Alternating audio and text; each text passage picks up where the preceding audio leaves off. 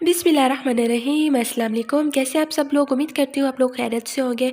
अल्लाह ताला हमेशा आप लोगों को हंसता मुस्कुराता खुश और आबाद रखे।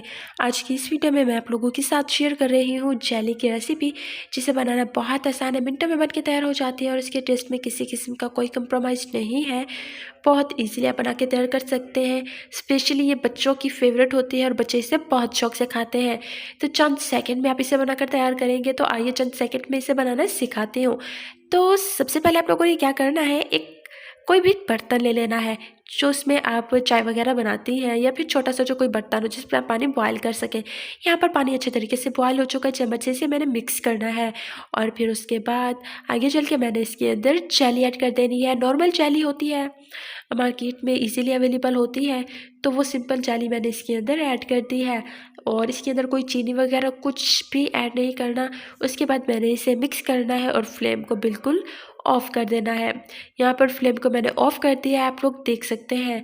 तो अच्छा देखिए कि यहाँ पर साइड से जो बबल्स बन रहे हैं और जेली यहाँ से थिक होना शुरू हो भी चुकी है। तो वो जल्दी मैंने क्या करना है, मैं नहीं चाहती कि अभी से ये थिक हो जाए, क्योंकि मैंने अभी से शेप नहीं दी।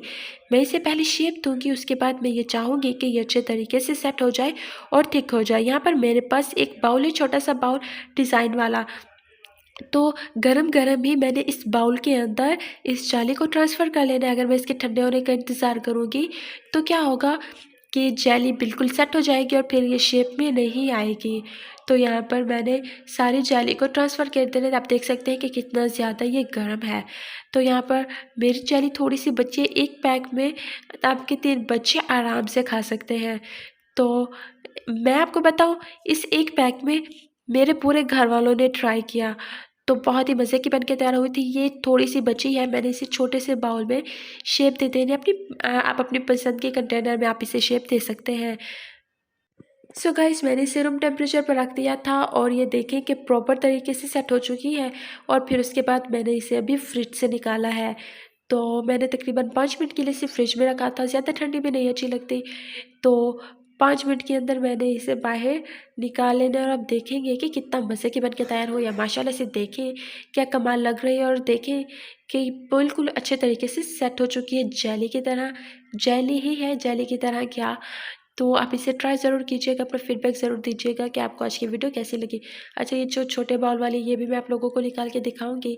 अच्छा, जब मैंने इसे छोटे बाउल को इस डिज़ाइन के ऊपर मैंने कन्वर्ट करने की कोशिश की तो निकल नहीं रही थी, क्योंकि वो ठंडी थी, नीचे से अच्छे तरीके से जम चुकी थी, लेकिन मैंने कोशिश की और ये निकल आई। अच्छा, नाइफ़ या फिर आपने चम्मच का इस्तेमाल नहीं करना, उससे ये टूट जाएगी।